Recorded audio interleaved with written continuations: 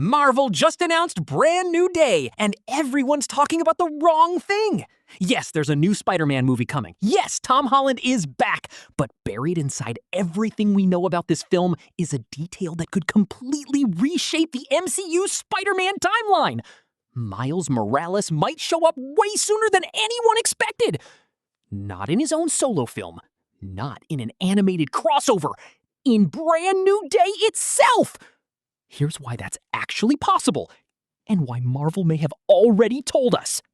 This isn't speculation for the sake of it. The Miles question is the most important unanswered story question in Sony and Marvel's entire Spider-Man arrangement right now.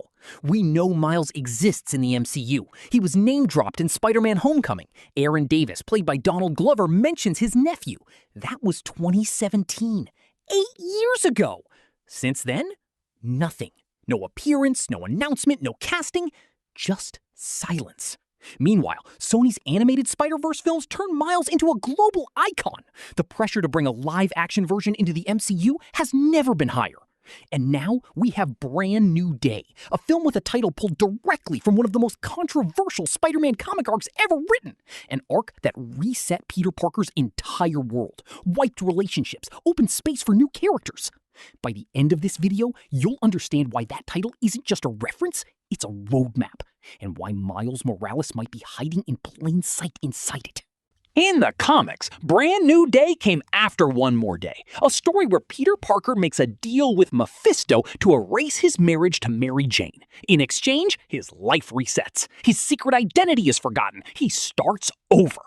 It's divisive. But structurally, it did something important. It cleared the board. Marvel's MCU has a similar problem right now.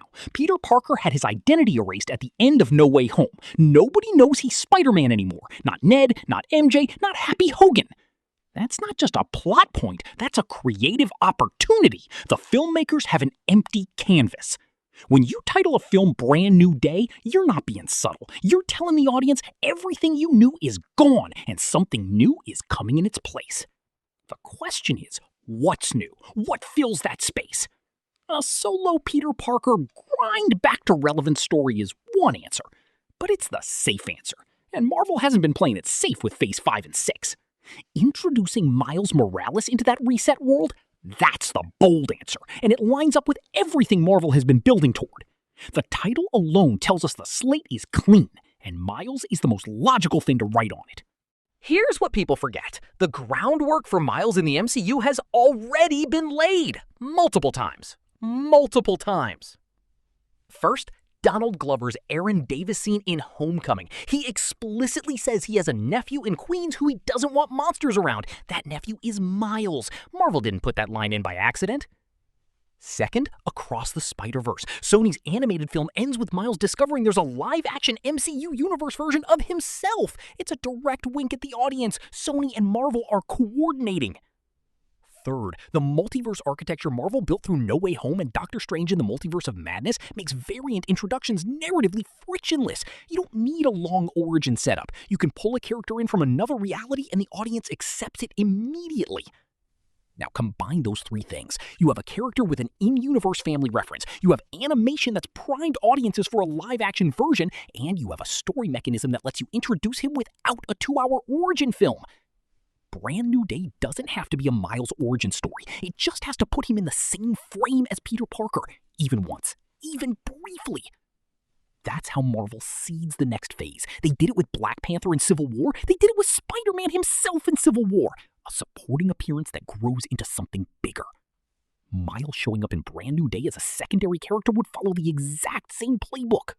Let's talk about what we actually know from production and what the gaps tell us. As of now, no one has been cast as Miles Morales in the MCU. That's the most common counterargument. If he were in Brand New Day, we'd know by now.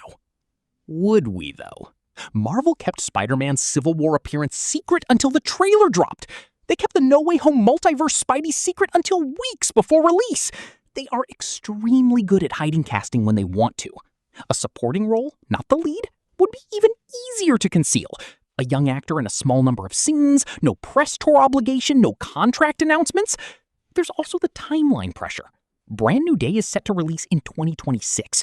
If Marvel wants a solo Miles film after that, which they almost certainly do, they need to introduce him before his solo date.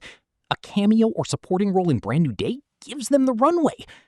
Skipping the introduction entirely and going straight to a solo Miles film is risky. General audiences, not comics readers, not Spider-Verse fans, need a live-action anchor first. Brand New Day is that anchor. It has the built-in audience, the established world, and the right narrative moment to do it cleanly. The production silence isn't proof Miles isn't. To be fair, there are real arguments against this. Argument 1. Marvel may want Miles to have his own full solo introduction, not a shared spotlight. They gave Black Panther a Civil War cameo, yes, but they also gave him a complete solo film before Infinity War.